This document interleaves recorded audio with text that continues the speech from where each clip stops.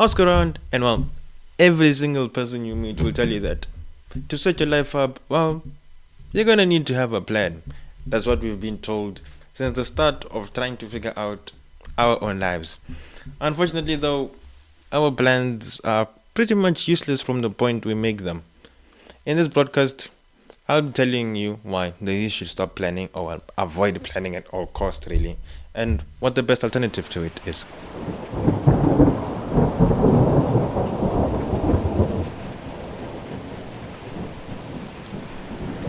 So, as the youth, naturally we have our own fantasies and assumptions about the way the world is and the way we want our life to work out. So, these assumptions and fantasies work their way into our plans and the plans that we have them. And then sooner or later, a reality check of new information comes in, which makes our plans irrelevant. And this tends to happen immediately after our plans happen. So basically, we make a plan right now saying that I'm gonna do this, and then after this, I'm gonna do this, I wanna do this, I wanna do that, and then that. Or we wanna move from here, then from here, we're gonna move there, with a lot of fantasies and assumptions, and then the moment we step out, we get some new information, and our plan becomes irrelevant. Look, as the youth, by definition, we lack experience. And another thing is also not knowing what life's currency is, being hardship. So,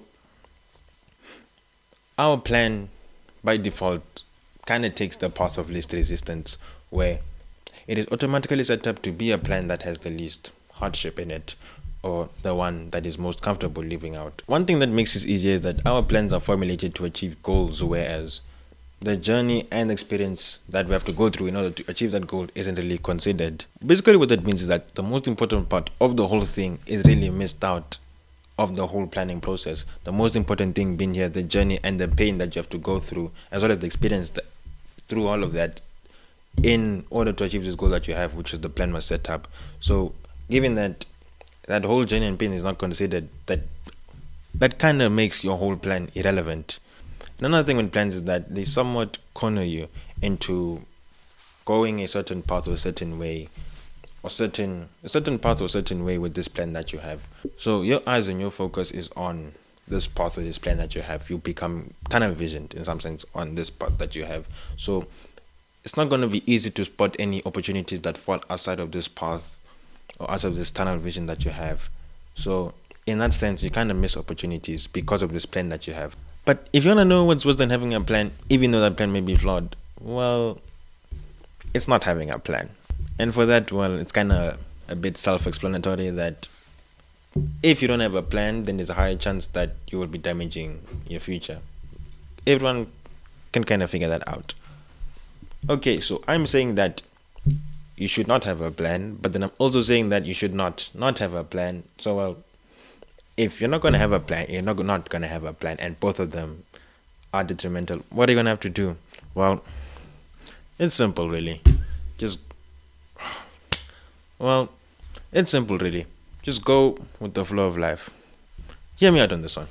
What I mean by the flow of life is that you should take each day as it is and not worry too much about what tomorrow may bring, or to worry as least as possible about what tomorrow may bring. Because in the day that you are, today as it is, there are many different things that could happen that could influence or change the way tomorrow is. So this problem that you may be worrying about, the next moment you could get something that just makes that whole problem vanish, or make that problem easier to deal with, or make that problem not even a problem to begin with. So by going with the flow of life, it's taking each day as it is.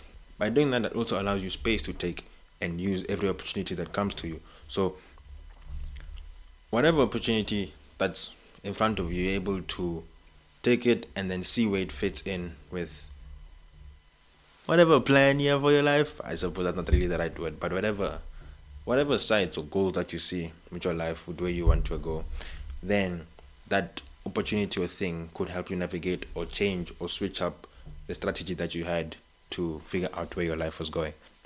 There is just one thing wrong with this approach as it is. Comment down below if you know what it is, even though I'm still going to tell you, but if you know beforehand, then at least comment down below. Or well, comment if you got it right. The thing that is wrong with this approach is that it doesn't really stop you from flowing into the jaws of death and destruction. So, well, how do you try and combat that?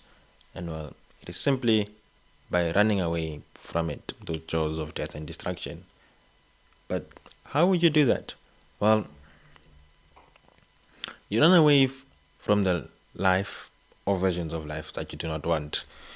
So, what I mean by that is you should make a list, really, of what is the situation that you would hate to find yourself in, and what life would you hate for yourself to have. So, the answer to questions like that, where you're asking yourself what type of life would you really hate yourself to be in, what type of situation would you hate yourself to be in, and questions like that, where what are things that you would hate to find yourself in about your life or about your family members, perhaps, that you could help? What situations you hate them to be in? Questions like that. If you answer those questions, now you have something to run away from. That can be your motivation. So whenever you need to get something done, you can remember the situation that you're running away from, and then use that as motivation to move forward. So now you have situations and type of life that you want to run away from. To do that, you do that by making sure that the projects that you're working on, the things that you're working on today, they keep you away from having that type of life that you do not want. So whatever thing you're working on, whether it's getting money or getting resources or whatever, that then protects you from falling into situations that then lead you into the life that you do not want to have, or protect you and your family later on in the future from those situations that you didn't want to have.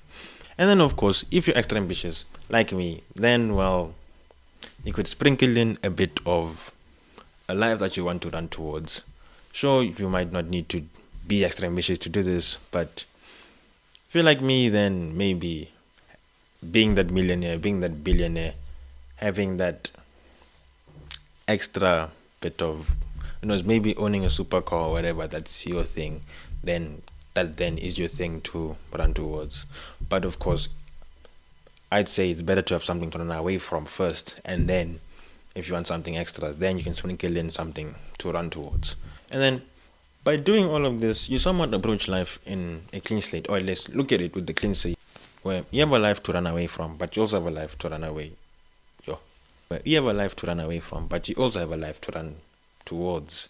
And then there's just this middle gap of where you are right now, whatever your life is, depending on somewhat of a spectrum, depending on where you are on the spectrum.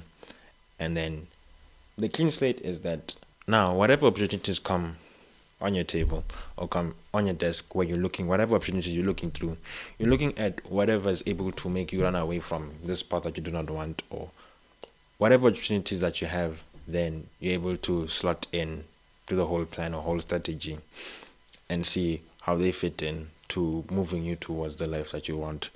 And then, so by doing this, you're able to see all opportunities, consider them, and then perhaps look at a completely different way of achieving or getting to the life that you wanted that you had not thought of. So you're able to see all opportunities that are available to you. But another thing is that you're also not caged by having a specific approach, a specific plan towards the goal. So you're still able to see all the many opportunities that are available to you without being caged to it. And then last thing about over planning is that when you're really stressed or really tense, it's easy to over plan. And by over planning, you somewhat stop the action that you were trying to do in the first place, which, well, is like having a solution to a problem where the solution is the thing that creates the problem. So consider this method of not having a plan, but also not having a plan, and see if it works out for you. As a final anecdote to this whole thing, life will always play out as it will, whether you plan it out or not. Of course, depending on the amount of fuel or work that you put in.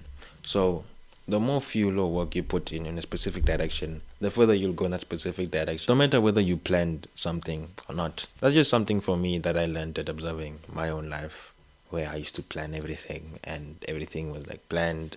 There were a lot of many small details were planned, and it seemed as though my friend wasn't planning as much. And then in the end, it almost seemed like all that planning was somewhat a waste of time, and I should have just let my life go and be free, and I would have landed perhaps a bit further than I am right now. So with all of that, I say let life play as it should and avoid planning as much as possible.